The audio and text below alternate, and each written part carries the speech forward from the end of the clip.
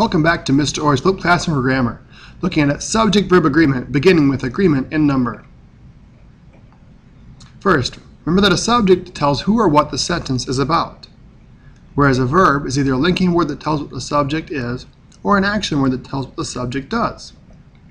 Subject-verb agreement is where the subject and verb are properly aligned. Simply put, singular subjects will have singular verbs and plural subjects will have plural verbs.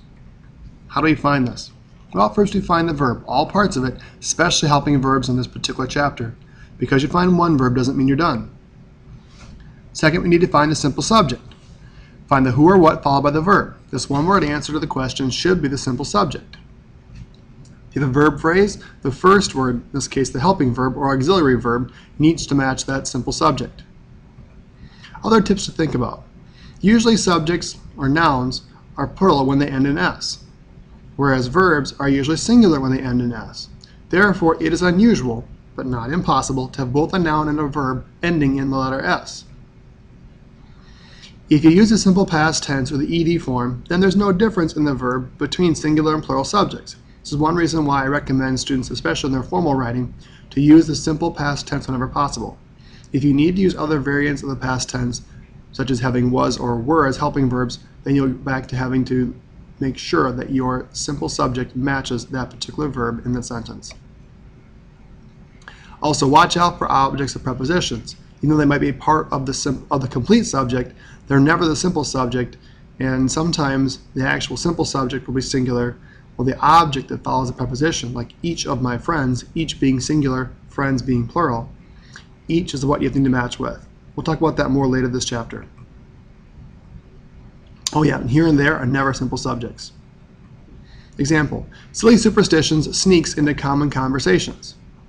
So we need to find the verb. The verb is sneak or sneaks. Who or what sneaks? Looking for the subject, superstitions. That's a simple subject. Silly is simply an adjective describing the noun superstitions. So silly is not a simple subject. Since superstitions is plural, then the verb should be sneak, not sneaks. Sneaks would go with what is plural. Another simple way to look at this, if you find your simple subject, you can place it, again, other than the pronoun I or the pronoun you. If your subject is singular, then just use it as a placement. Whatever form of the verb goes with it, that will probably sound most correct to you. If the subject is plural, then replace it with the pronoun they. And whatever version of the verb matches up or sounds correct or most familiar with the pronoun they as a simple subject, that's the version you should use if it's plural. For some students, this chapter is all about what sounds right. Be aware that when something sounds right, doesn't necessarily mean it's correct. It might simply mean that it sounds familiar, and there is a difference. Another example, the end of the stories begin a new chapter. So the verb is begin, but the question is, what's a simple subject? Is it end or is it stories? Well, actually it's end in this case. Stories is the object of the preposition of, so stories can't be your simple subject. Again, as we've talked about before, whatever the object of the preposition is in that sentence, well, no matter where it occurs in a sentence, they can't also be your simple subject, nor can it be your direct object, nor your indirect object, nor your predicate noun. If it's the object of the preposition, that's all it is in the sentence. So end. So is end begin or end begins? Since end is singular, the verb should be begins, not begin. To use the strategy I mentioned before, if we know end is singular, then we just say it begin. Is it begin or it begins?